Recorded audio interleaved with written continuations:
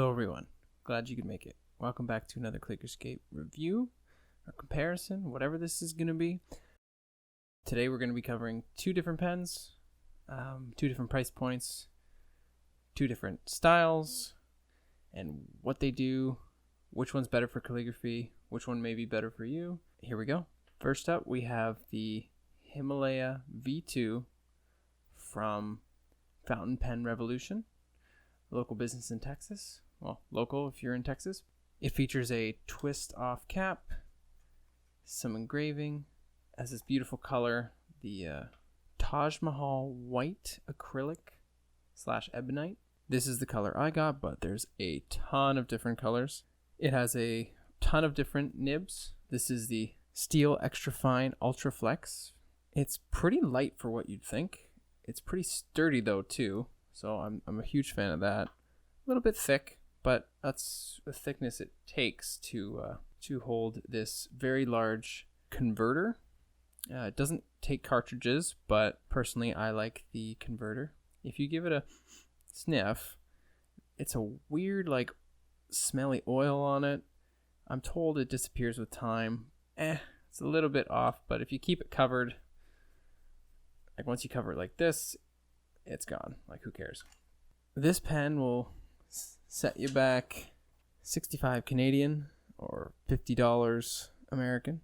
Next up is the Dryden Designs pen, which is a modern, sleek look to it. The dry brush steel or stainless steel. It's got a snap-on cap. It's got a converter similar to the Himalaya, and it also takes cartridges, which it comes with. This will set you back $32 Canadian, which is like half of the Himalaya. Before I really review this, I'll kind of show you how it's marketed, which definitely affects my review. It shouldn't, but it does. It says there's a gorgeous barrel you can stare at forever. Now, I can't stare at this forever. It says it writes like a dream. Maybe like a dream where you get up, dressed, ready for school, and then you wake up again, because honestly, it writes only slightly more smooth than a ballpoint. It says it is a flex nib, but we know that isn't true based on how it writes in the previous video. It does flex, but it doesn't allow it to flex enough for the nibs to split to have different line thicknesses.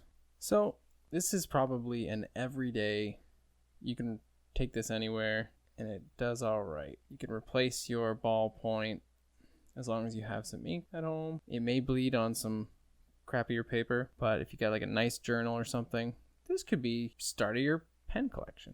It's pretty balanced. The way it's advertised is not exactly truthful, but honestly, it's not a bad pen. The only issue really is that it has no line variants. You would want to get this if you were doing monoline calligraphy / cursive. I really like the Himalaya personally. It's more for me.